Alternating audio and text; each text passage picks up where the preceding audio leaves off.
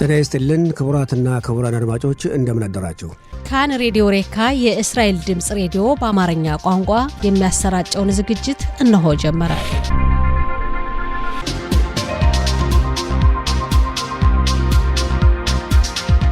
ጤና ይስጥልን ክቡራትና ክቡራን አድማጮቻችን እንደምን አደራችሁ።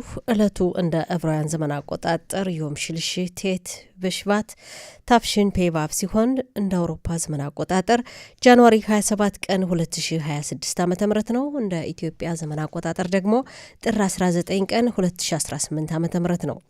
የጠዋቱ ስርጭታችን እነሆ ጀመረ። የቴክኒክ ባለሙያችን ድሮር ሮድሽቴን ሲሆን የስቱዲዮ ተረኛ አስተናጋጆች አይቸው ባየና ወርቅነሽ እሸቴንን። ያሉን ዝግጅቶች በቅድሚያ ዜና እናሰማና ከዛም ጋዜጦች በዛሬ እትማቸው ለአንባቢያን ያቀረቧቸውን ዋና ዋና ርዕሰ ጉዳዮችን እንመለከታለን።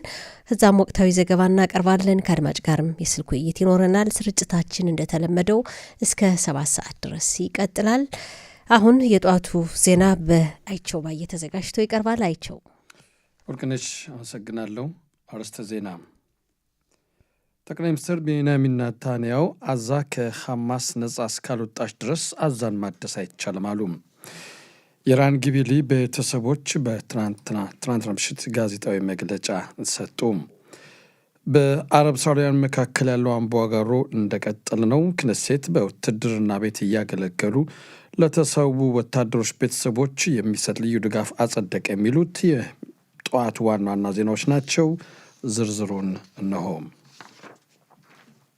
ጠቅላይ ሚኒስትር ቤንያሚን ኔታንያሁ አዛ ከሐማስ ነጻ እስካልወጣች ድረስ እንደገና አዛን መገንባት አይቻልም አሉ።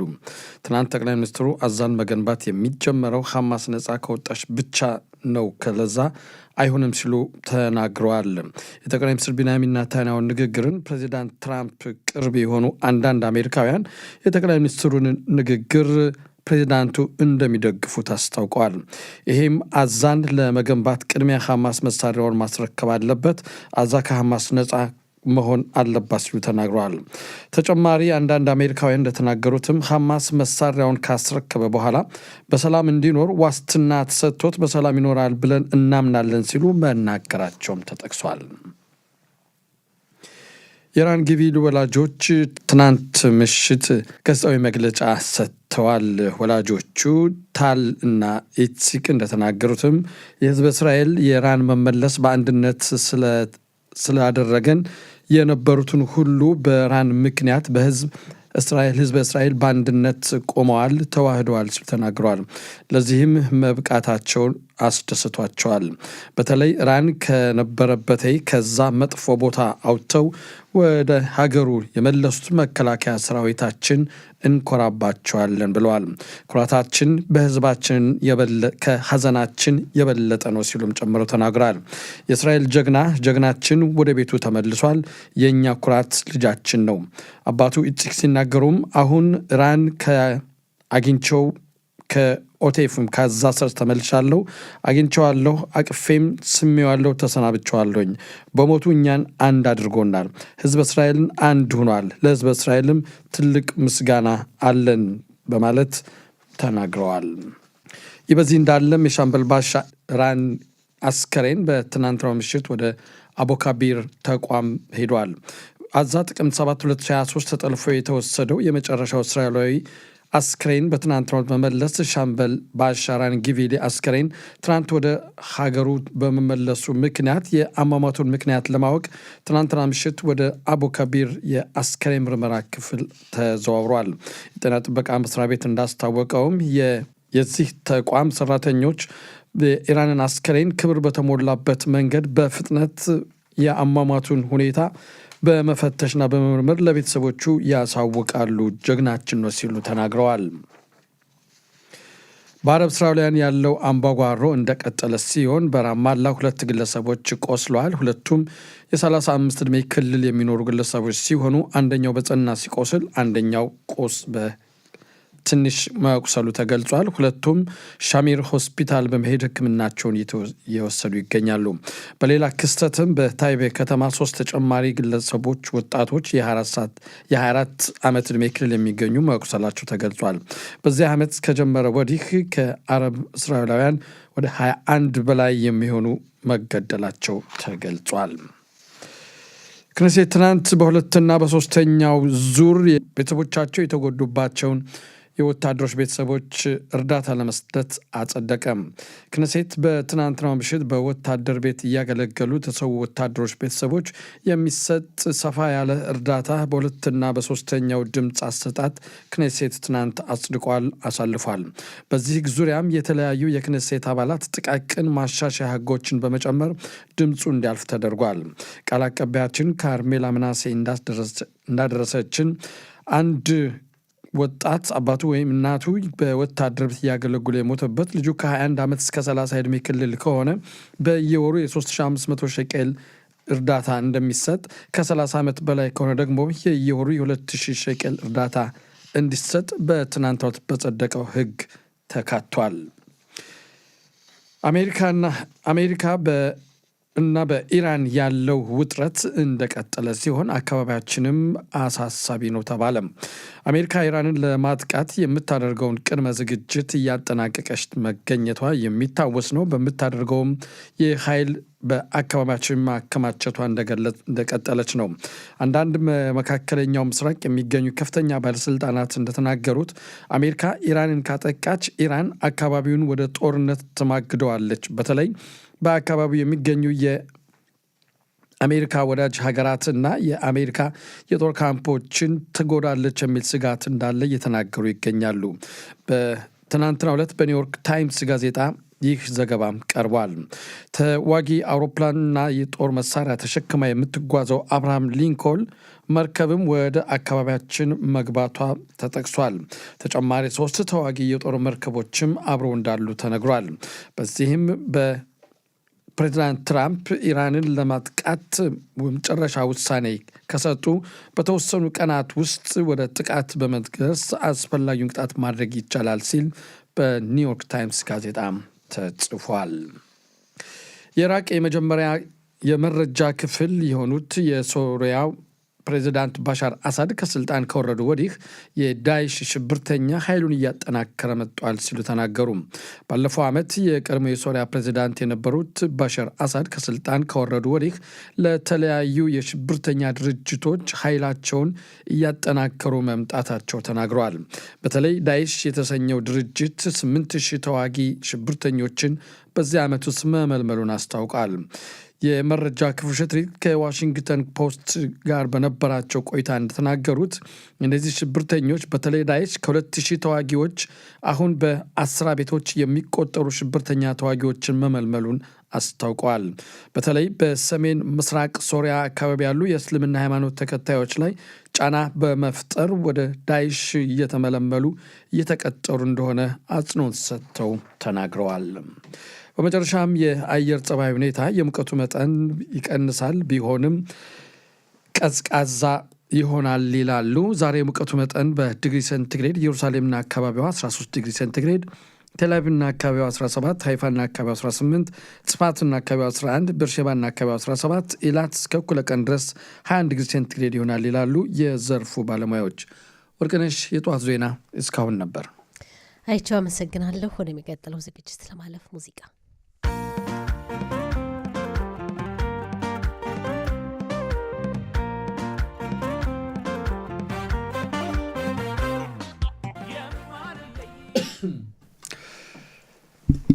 እንደምን አደርሽ ወርቅነሽ? እግዚአብሔር ይመስገን። እንዴት አደርክ? አብረን ካልሰራን ወደ 2 ሳምንት አለፍን በል። ባለፈው ሳምንት አንድ ቀን ሰርተናል፣ ከስንት ጊዜ በኋላ ይመስለኛል። ብዙ ጊዜ በአንዳንድ ጊዜ በምሽመሬታው ነገሩ እኔም ብዙ ጊዜ የለውም። አሁን የለህም?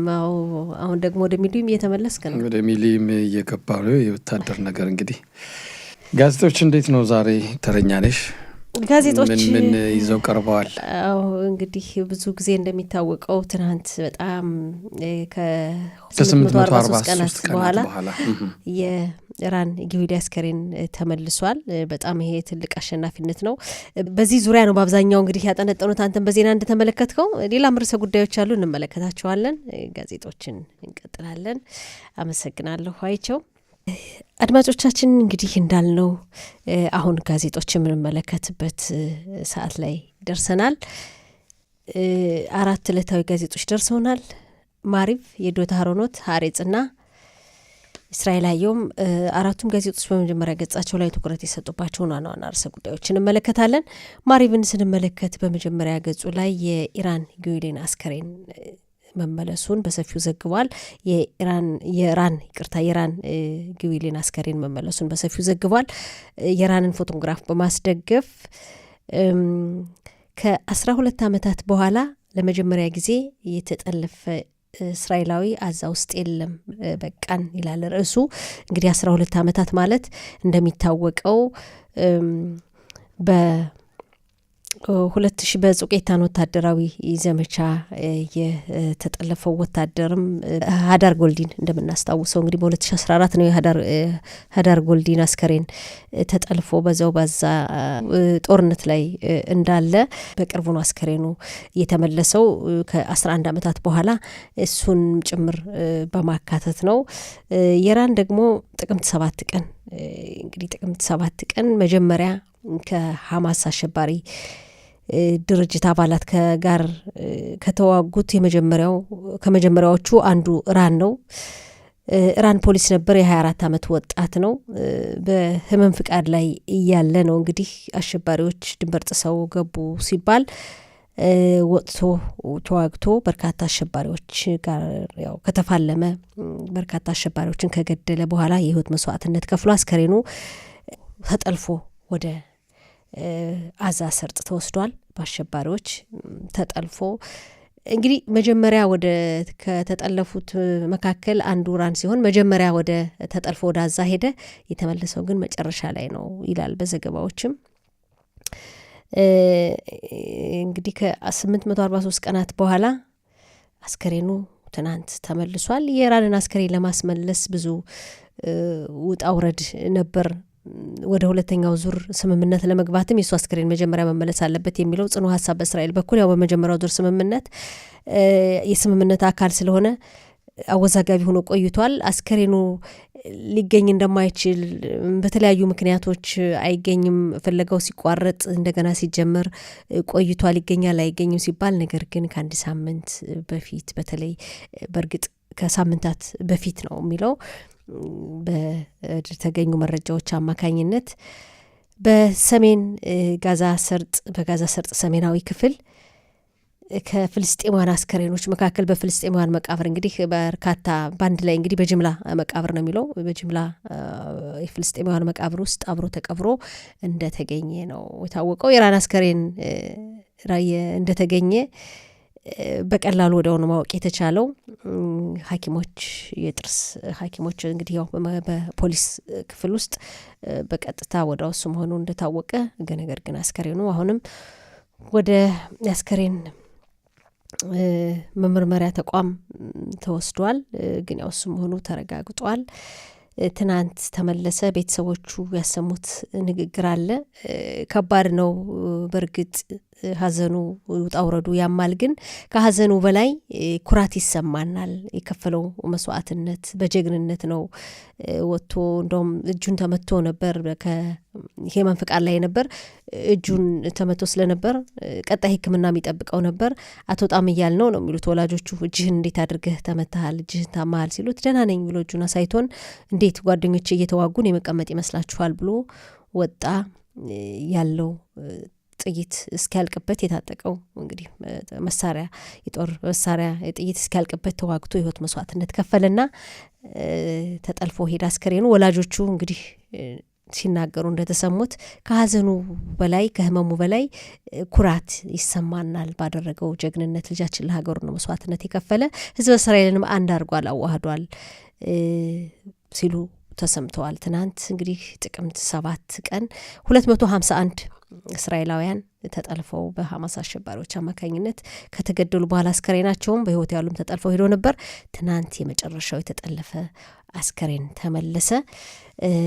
ይሄ እንግዲህ እስራኤል ጦርነቱን ስትከፍት በሐማስ ላይ በጋዛ ሰርጥ ሁሉንም የተጠለፉ ዜጎችን ማስመለስ የሚለው አንዱ የጦርነቱ ግብ ነበር። የጦርነቱ ግብ ተሳካ በማለት እንግዲህ በመከላከያ ሰራዊቱ በኩልም በጠቅላይ ሚኒስትሩ በኩልም እንግዲህ ከግቦች መካከል አንዱ ይሄ ነው። ይሄ ተሳክቷል። ሌላም ይቀጥላሉ። ወደሚቀጥለው ዙር እንሸጋገራለን ነው ሲሉ የተሰሙት። ማሪቭ እንግዲህ እነዚህ ነጥቦች ሁሉ አካቷል። የኢራን ጊዩሌን አስከሬን መመለስም በመመለሱ ስር እነዚህን ሁሉ አካቷል። ያው በሰሜን ጋዛ ሰርጥ ነው አስከሬኑ የተገኘው። መከላከያ ሰራዊቱም የተለያየ እስራኤል መረጃ ክፍሎች በደረሳቸው መረጃ መሰረት በፍልስጤማውያን ላይ እንግዲህ ውስጥ ሁኔታውን በሚያውቁ ፍልስጤማውያን ላይ በተደረገ ምርመራ ከ843 ቀናት በኋላ ትናንት የራን ጉሊ አስከሬን ተመልሷል። ወላጆቹም ያው ኩራት እንደሚሰማቸው ትናንት በተደጋጋሚ ተናግረዋል።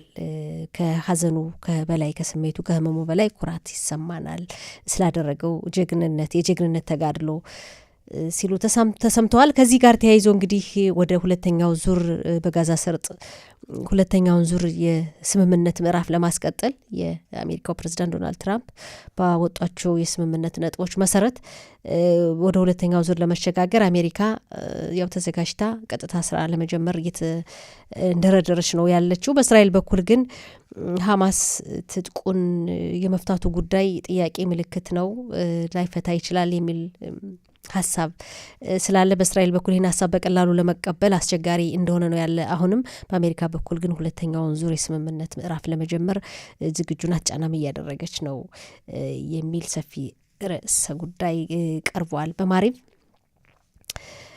ከዛ ከኢራን ጋር እንግዲህ በአሜሪካና በኢራን መካከል ያለው ውጥረት ነው ደግሞ ሰፊ ቦታ የተሰጠው በማሪብ።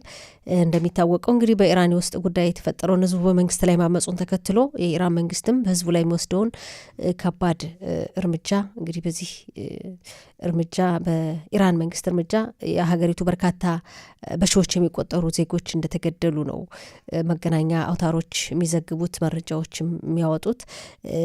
አሜሪካ በኢራን ላይ እንግዲህ ወታደራዊ እርምጃ ለመውሰድ አብርሃም ሊንከን የተባለችው የምትጭን ታላቅ መርከብ ወደ መካከለኛው ምስራቅ እንደደረሰች የጦርቦችን ጭና እና ያው ውጥረቱ ተባብሶ እንደቀጠለ የመቼ የሚለው የጊዜ ጉዳይ ነው እንጂ በአሜሪካ በኩል በኢራን ላይ ወታደራዊ እርምጃ መውሰዱ አይቀርም ተወስኗል፣ የጊዜ ጉዳይ ነው የሚል ዘገባ ቀርቧል። ከዚህ ጋር ተያይዞ ኢራን ደግሞ ያጸፋ ምላሽ ከባድ ይሆናል እያለች ነው።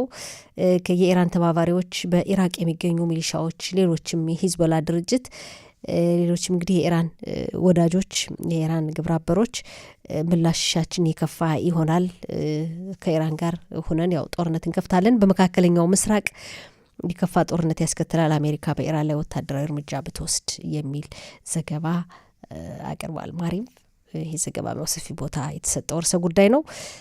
ሌላው የእስራኤል እንግዲህ ሀገሪቱ አመታዊ በጀት ለማጽደቅ ትናንት ይቀርባል በክነሴቱ የመጀመሪያ ዙር ድምጽ እንዲሰጥበት ተብሎ ነበር። ይሁን እንጂ የሀረዲ ማህበረሰብ በመከላከያ ሰራዊት ውስጥ ብሔራዊ ውትድርና እንዲያገለግሉ የሚለውን ሀሳብ ተከትሎ ይህ ሀሳብ አወዛጋቢ ነው። እንግዲህ ሀረዲ ማህበረሰብን የሚወክሉ ፓርቲዎች አልተቀበሉትም። በተለይ ደጌላ ቶራ የተባለው ፓርቲ ይህን ሀሳብ እያነሳ በጀቱን እንደማይደግፍ እየገለጸ ስለሆነ ትናንት በክነሴቱ የመጀመሪያ ዙር ድምጽ ሊሰጥበት የነበረው ይህ ሀሳብ ሳይቀርብ ቀርቷል። የጥምር መንግስቱ እንግዲህ የሀገሪቱን በጀት እስከሚቀጥለው ሶስተኛ ወር መጨረሻ እስከ መርጽ መጨረሻ መጋቢት መጨረሻ ማጽደቅ አለበት፣ ካልሆነ ክነሴቱ ሊበተን ይችላል ነው የሚለው። እንግዲህ በጀቱ ካልጸደቀ እንግዲህ የሀገሪቱን በጀት ማጽደቅ ካልተቻለ ይሄ ክነሴቱን ሊበትኑት ከሚችሉት ምክንያቶች መካከል አንዱ ነውና እስከ መጋቢት ወር መጨረሻ ድረስ የጥምር መንግስቱ ማጽደቅ አለበት ተብሎ ይጠበቃል። ትናንት እንግዲህ አልቀረበም፣ ነገ ሊቀርብ ይችላል ተብሎ እንደሚጠበቅ ነው የሚነገረው። በጥምር መንግስቱ በኩል ሀሳቡን ህጉ እንዲጸድቅ የድጋፍ ድምጽ የሚሰጡ መሆኑ ይገመታል። ይህ ጉዳይ እንግዲህ አወዛጋቢ ሆኖ የቀጠለ ጉዳይ ነው። እንግዲህ እስከ የሀገሪቱን በጀት ድረስ ደርሷል። እስከ መጋቢት ወር መጨረሻ መጽደቅ እንዳለበት ይገልጻል። ይህ ዘገባ ተቀርቧል። ሌላው በዓለም አቀፍ ደረጃ እንግዲህ ዮም አሸዋ ጀርመን ናዚ በይሁዳውያን ላይ ያደረሱት ጭፍጨፋ በሁለተኛው የዓለም ጦርነት አካባቢ የዓለም አቀፍ መታሰቢያው የሚመለከት ዘገባም እንደዚሁ አቅርቧል።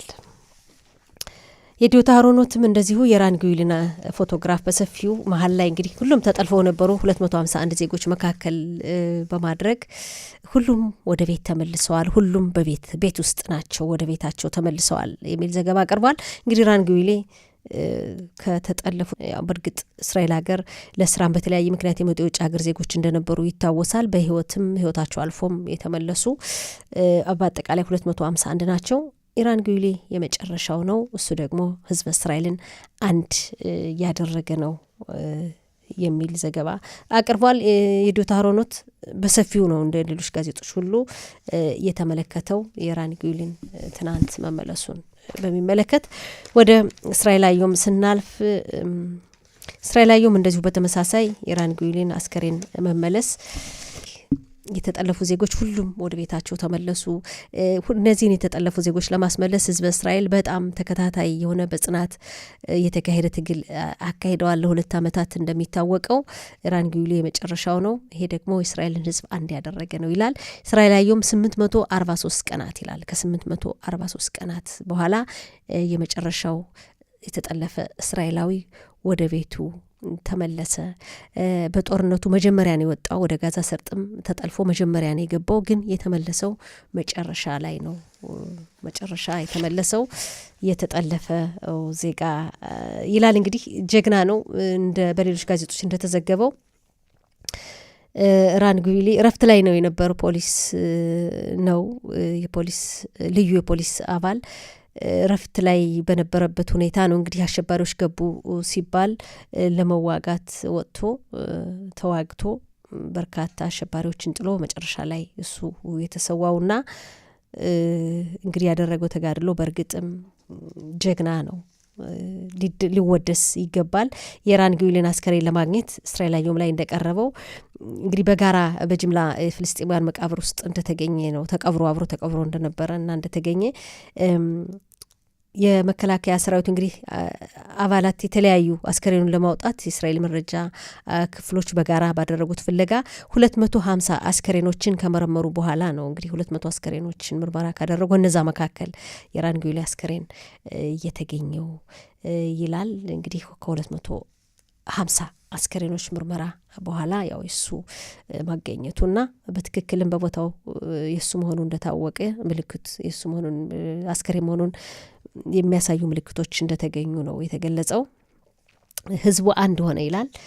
ህዝቡ አንድ ሆነ በሱ አስከሬን መመለስ። ከ2014 ሀዳር ጎልዲን እንደምናስታውሰው እንግዲህ በ2014 ነው የሀዳር ጎልዲን አስከሬን ተጠልፎ በዛው ባዛ ጦርነት ላይ እንዳለ ባለፉት ወራት ነው የተመለሰው ሀዳር ጎልዲን አስከሬን።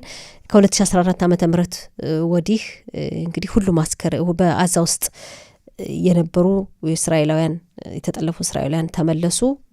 ከዛ በኋላ የእስራኤል ህዝብ ያው በአንድ ላይ ፎይ ብሎ መረጋጋት መተንፈስ ጀመረ። እንግዲህ ትናንት ሁሉም የእስራኤል ዜጎች በህይወት ያሉም በህይወት የሌሉም የተጠለፉ አዛ ውስጥ የነበሩ ወደ እስራኤል ወደ ምድራቸው ወደ ቤታቸው ተመለሱ ይላል። ኤታማዦር ሹሙ ቃላችን ጠብቀናል፣ በቃላችን ቃል ገብተን ነበር፣ ሁሉም ተመልሰዋል በማለት ተናግሯል። ጠቅላይ ሚኒስትር ቢንያሚን ኔታንያሁም እንዲሁ ቃላችን ያው የገባነውን ቃል እውን አድርገናል፣ ተግባራዊ አድርገናል ብለዋል። እሳቸውም አሁን ባለው ሁኔታ ሁለተኛው ዙር የዶናልድ ትራምፕ በሳቸው የስምምነት ሀሳብ መሰረት ወደ ሁለተኛው ዙር እናልፋለን ይላል። እንግዲህ በሁለተኛው ዙር በጋዛ ሰርጥ ጋዛን ከሀማስ ነጻ ማድረግ፣ ሀማስን የጦር መሳሪያ ትጥቁን ማስፈታትና ጋዛን መልሶ ማቋቋም ነው። ከዚህ ጋር ተያይዞ የራፊያህ መተላለፊያ ኬላ እንዲከፈት የሚለው ነው። እንግዲህ የኢራን ጉዊሌ አስከሬን ከተመለሰ መተላለፊያ ኬላውም ይከፈታል የሚል በእስራኤል በኩል ተፈቅዷል። ያው የራፊያህ ኬላም እንግዲህ ይከፈታል ነው የሚለው።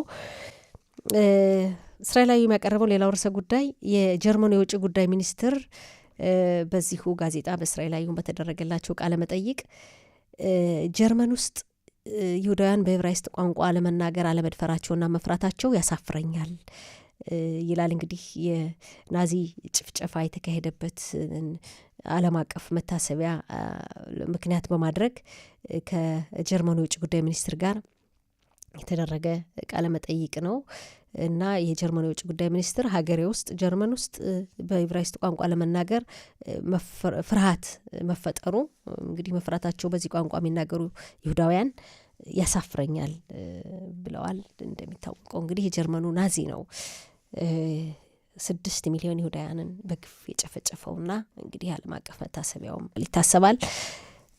ሌላው ርዕሰ ጉዳይ ያው የሀገሪቱን በጀት በተመለከተ በሀረዲ ፓርቲዎች አማካኝነት ያው ስጋት ስላለ አለመጽደቁ ትናንት በክነሴቱ ይቀርባል ተብሎ ተጠብቆ ነበር፣ ግን በዚህ ምክንያት አልቀረበም። እንዲዘገይ ተደርጓል። ነገ ይቀርባል ተብሎ ይጠበቃል። ይህ በጀት እስከ መጋቢት ወር መጨረሻ ድረስ መጽደቅ አለበት። ካልሆነ ግን ክነሴቱ ሊበተን እንደሚችል ነው። እስከዛ ድረስ የግድ ጥምር መንግስቱ ማጽደቅ አለበት። ይሄን የሀገሪቱን በጀት ይላል ሀሬጽና እንግዲህ የመጨረሻው ጋዜጣ የራን ጉይልን አስከሬን መመለስ በሰፊው ተመልክቶታል። ሀሬጽም በሰሜን የጋዛ ሰርጥ ሰሜናዊ ክፍል ሻጃያ በተባለው አካባቢ በፍልስጤማውያን ጅምላ መቃብር አብሮ ተቀብሮ እንደተገኘና ያው ከምርመራ በኋላ እሱ መሆኑ እንደታወቀ ያው እንግዲህ በአጠቃላይ ለእስራኤል ሕዝብ ይሄ የሚያረጋጋ አንድ የሚያደርግ መሆኑን አስከሬኑ መመለስ ይላል። እንግዲህ ወደሚቀጥለው ዙር ስምምነት ለመግባት ሀማስ ትጥቁን መፍታት አለበት፣ ጋዛ ሰርጥ እንደገና መገንባት አለባት የሚል ዘገባ አቅርቧል። ሀሬጽም የራን ጉይልን ጀግንነት በሰፊው ያው ዘግቦታል። ሀሬጽም አሉሚን በተባለ ኪቡጽ ወይም የጋራ መኖሪያ ሰፈር እንግዲህ ከአሸባሪዎች ጋር ባደረገው የወታደራዊ ፊልሚያ ነው ህይወት መስዋዕትነት የከፈለው ጥቅምት 7 ቀን 2023 ዓ.ም ያው ከዛ አስከሬኑ ተጠልፎ ሄዶ ነበር። ከ843 ቀናት በኋላ ትናንት ተመለሰ ይላል። ያው ሁለተኛውን ዙር የትራምፕ የስምምነት ሀሳብ ለመቀጠል በጋዛ ሰርጥ ሰፊ ዘገባ አቅርቧል። እንግዲህ ዝግጅት እንዳለና እንደተባለው ሀማስ ጦር መሳሪያ ትጥቁ እንዲፈታ እዛ ነጻ እንድትሆን የሚሉትን ሀሳቦች አካቶ ሀሬጽም እንደዚሁ በሰፊው ለዘገባ አቅርቦታል። በጀቱን በተመለከተ እንደዚሁ ሀሬጽም በዘገባው አካቶታል። እንግዲህ ሆካጊዩስ ወይም የሀረዲ ማህበረሰብ ውስጥ በመከላከያ ሰራዊት ውስጥ እንዲዘምቱ በሀረዲ ማህበረሰብ በኩል ከዘመቻው ነጻ እንዲሆኑ የሚል የጸና ሀሳብ አለ። እንደሚታወቀው ደግሞ ሁሉም የሀገሪቱ ዜጎች በኩልነት ለሀገራቸው በመከላከያ ሰራዊት ውስጥ ማገልገል አለባቸው በሚለውን ጥያቄ ለመመለስና በመከላከያ ሰራዊት ውስጥ ያለውን የሰው ኃይል እጥረት ለማስተካከል መዝመት አለባቸው በህግ እንዲጸድቅ የሚለው እንግዲህ ሀሳብ አለ። ይህን ህግ ለማጽደቅ በርካታ ጊዜያት ወስዷል። እንግዲህ በዚህ ምክንያት በጀቱን የማጽደቁ ሁኔታ እንደተጓተተ የሚገልጽ ዘገባ አቅርቧል። ሀሬጽ እንግዲህ እስከ መጋቢት መጨረሻ ድረስ መጽደቅ አለበት። ሌሎች ጋዜጦች ላይ እንደተመለከት ነው የሆነው። እንግዲህ ጋዜጦች ከሞላ ጎደል ዛሬ ለአንባቢያን ያቀረቧቸው ዋና ዋና ርዕሰ ጉዳዮች ይህን ይመስላሉ። አድማጮቻችን ወደሚቀጥለው ዝግጅት እናልፋለን። ሙዚቃ